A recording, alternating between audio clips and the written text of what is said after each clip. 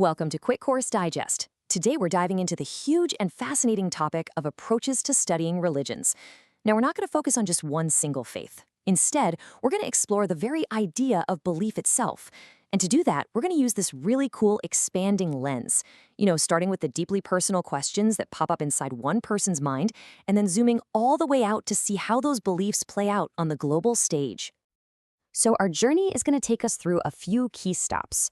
We'll start with the individual's ultimate questions, then look at the unseen social blueprint religion creates. From there, we'll get into faith, power, and law, and finally, we'll look at the actual physical shape belief takes all around the world. All right, let's dive right into our first section, the individual's ultimate questions. So, where does it all start? What is that little spark that gets us searching for meaning in the first place? When you're faced with something huge and totally unexplainable, like a massive thunderstorm in the ancient world, what's that first gut reaction?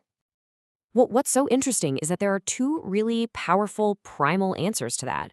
On one hand, you've got Aristotle. He believed it all begins with wonder, that feeling of awe that makes you look up at the sky and just go, whoa, what is that? It's a curiosity that kind of opens the door to thinking about non-human forces. But then, on the other hand, a philosopher named Vico argued it's actually fear of that powerful, unknown otherness that drives us to create societies and rules, basically to manage that terror.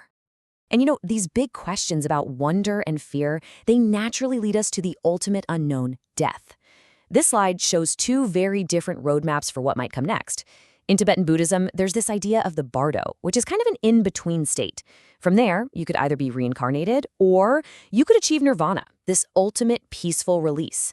Christianity, on the other hand, presents a more definitive one-way path.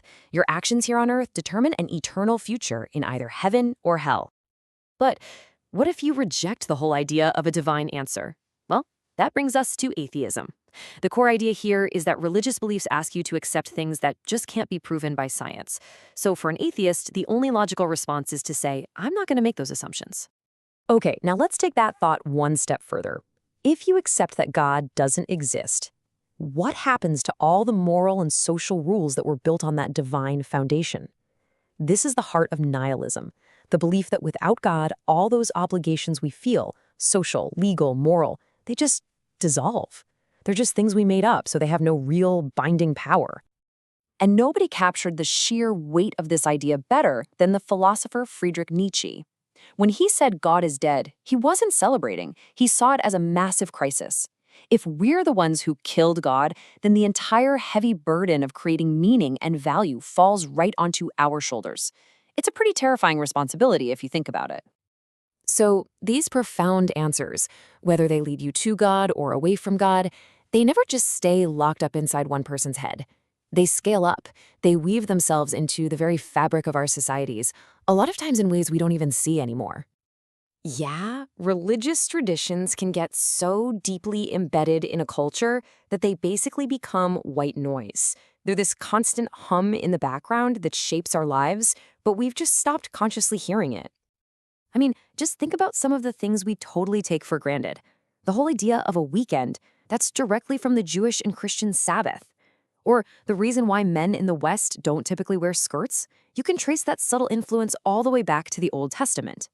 And our most basic moral codes, like don't kill, have jumped from sacred texts into our everyday secular values. It's all part of that cultural white noise. And nowhere is this influence more powerful than in how we structure the family. As you can see, there is absolutely no single universal model. In Judaism, Genesis points to monogamy, but polygamy definitely has a place in its history. In Christianity, the Catholic view of marriage as a sacrament really solidifies that monogamous standard, but then you have some fundamentalist Mormon groups that practice plural marriage. And in Islam, polygamy is permitted by the Quran, and in some places it's even written into national law. The big takeaway here isn't just that the rules are different, it's that these religious blueprints create fundamentally different social realities for people. And when these social blueprints become powerful enough, they don't just guide customs anymore. They start to form the actual bedrock of law and government for whole civilizations. So before we had modern legal systems, law was basically the same thing as custom and religion. For early societies, law was just the unwritten way things were done. The real game changer was writing, which let people codify laws. But the Ten Commandments, that was a monumental shift. Suddenly, you have a legal and moral code that isn't just man-made, it's seen as divinely inspired, literally written in stone. This old-school relationship between divine law and human law has evolved into two very different models of government today. On one side, you've got a theocracy. That's where religious leaders are in charge, and civil law is based right on religious texts, like Sharia law in Iran. On the other side, you have the secular state, which intentionally builds a wall between church and state. It says, okay, matters of God are for religion, and matters of public behavior are for human-made laws. So what happens when those two worlds clash? This case study is a perfect example of that tension. Early Mormons saw polygamy as a religious duty, but it was illegal under U.S. law. So a Mormon leader, George Reynolds, broke the law on purpose to create a test case, arguing it was his religious freedom. The Supreme Court's ruling on this was a landmark. They basically said the government cannot touch what you believe, but it can absolutely regulate what you do if your actions break the law. It's a super important distinction that still shapes law today. Okay, so for our final perspective, we're pulling the lens all the way back to the widest possible view. We've seen how belief shapes the individual, society, and the law. Now, let's look at how it takes physical, material shape all across the globe. All across the world, faith is expressed through physical journeys to sacred places. For Hindus, Benares is the city of Shiva. For Muslims, the Hajj to Mecca is a pilgrimage they must perform. For Christians, the Way of St. James is a famous route in Spain. And then you have a place like the Temple Mount in Jerusalem, a piece of land so holy that it's profoundly sacred to 3 different major world religions. And this is fascinating. The architecture of these holy places often reflects the core beliefs of the faith itself. An Islamic prayer hall is intentionally simple, right? No furniture, no images. It's designed to let you focus, without distraction, on the one God. In contrast, a Hindu temple is often bursting with complexity, statues, incense, colors, reflecting a really vibrant and multifaceted relationship with the divine. And of course, throughout the year, these beliefs are celebrated in festivals that mark sacred time. You have Passover in Judaism, which commemorates liberation with a special Seder meal. You have Ramadan in Islam, which honors the revelation of the Quran with a month of fasting. And Diwali, the Hindu festival of lights, which celebrates the triumph of good over evil.